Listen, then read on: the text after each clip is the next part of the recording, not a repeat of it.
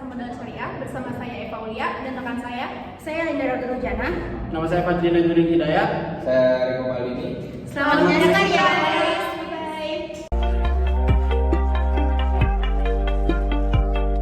Baik, di sini saya akan menjelaskan terkait latar belakang pasar modal syariah. Pasar modal syariah adalah alternatif investasi bagi individu yang ingin berinvestasi tanpa melanggar prinsip syariah Islam.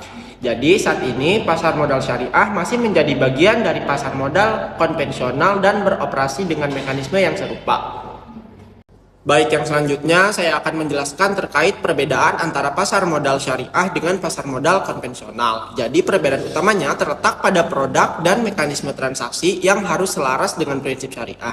Hal ini bertujuan menghindari praktik yang merusak stabilitas pasar modal dan berdampak buruk pada perekonomian, seperti kebangkrutan Lehman Brothers pada tahun 2008 akibat produk derivatif. Baik, untuk selanjutnya saya akan menjelaskan terkait karakteristik utama pasar modal syariah. Yang pertama itu, produk dan mekanisme transaksi harus sesuai dengan prinsip syariah. Kemudian yang kedua itu, jaminan kehalalan dalam proses jual beli produk investasi. Yang ketiga, menghindari unsur gharar atau ketidakpastian, riba atau bunga, dan transaksi yang bertentangan dengan syariah. Kemudian yang terakhir, yang keempat, yaitu berlaku secara universal, tidak terbatas pada kelompok tertentu. Baik, di sini saya akan menerangkan prinsip utama yang diterapkan pasar modal syariah. Yang pertama ada investasi halal, itu berupa produk investasi bebas riba, spekulasi, dan bisnis haram. Yang kedua ada uang sebagai alat tukar transaksi pakai mata uang yang sama. Yang ketiga ada resiko terkelola, kerjasama investor dan emiten, resiko adil dan terukur. Yang keempat ada transaksi dengan akad, semua transaksi harus jelas dengan akad sesuai syariah. Yang kelima ada transparansi, semua proses jelas dan terbuka. Baik, selanjutnya dasar hukum pasar modal syariah. Beberapa regulasi khusus yang mengatur pasar modal syariah meliputi: yang pertama ada peraturan nomor 2 K1 kriteria dan penerbitan daftar efek syariah. Yang kedua ada peraturan nomor 9 A13 penerbitan efek syariah. Yang ketiga ada peraturan nomor 9 A14 akad dalam penerbitan efek syariah. Pada slide kali ini saya akan menjelaskan terkait manfaat pasar modal syariah. Yang pertama, memfasilitasi pemodal berbisnis dan memperoleh keuntungan sesuai syariah. Yang kedua, menambah pendapatan pemerintah lewat pajak transaksi. Yang ketiga, mendukung pertumbuhan ekonomi dan penciptaan lapangan kerja. Yang keempat, menjamin investasi bebas ketidakpastian atau gerahar dan riba. Yang kelima, memiliki dasar hukum kuat dengan regulasi OJK dan undang-undang sukuk. Kemudian pada slide ini saya akan menjelaskan terkait kegiatan yang dilarang dalam pasar modal syariah. Yang pertama itu ada tadlis, di mana menyembunyikan cacat objek akad untuk menipu pembeli. Yang kedua ada tagrir, yaitu memberikan informasi menyesatkan untuk mempengaruhi transaksi.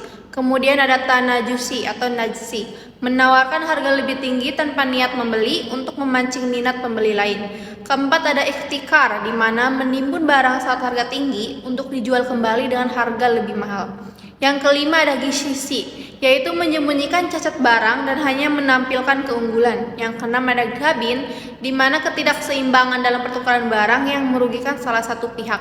Kemudian yang ketujuh ada bai madum, di mana menjual barang yang belum dimiliki atau short selling. Yang terakhir ada riba, penambahan atas pokok utang sebagai imbalan penangguhan pembayaran dilarang dalam Islam.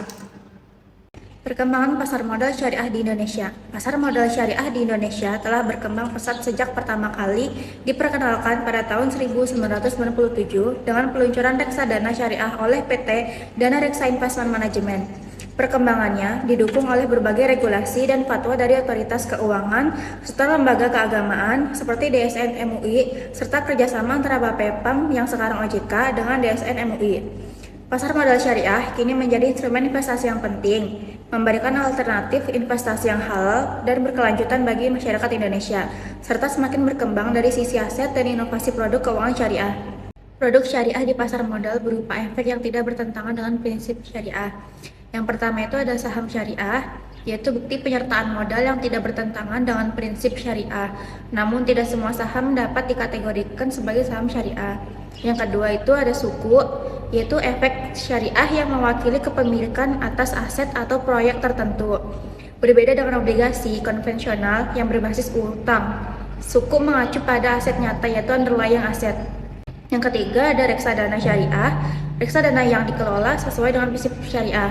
Instrumen investasi dalam reksadana ini harus sesuai dengan syariah. Dan dalam prosesnya dilakukan screening serta cleansing untuk mengeliminasi unsur yang tidak halal. Baik, kesimpulan pada presentasi kali ini yaitu pasar modal syariah merupakan alternatif investasi yang sesuai prinsip Islam, bebas dari riba, grahar, dan unsur non-halal. Beroperasi dalam kerangka pasar konvensional, namun mengedepankan etika, transparansi, dan keadilan dalam setiap transaksi. Didukung oleh regulasi OJK dan Fatwa DSN MUI, pasar modal syariah menjamin kepastian hukum dan melindungi kepentingan investor. Produk yang tersedia mencakup saham syariah, sukuk, dan reksadana syariah.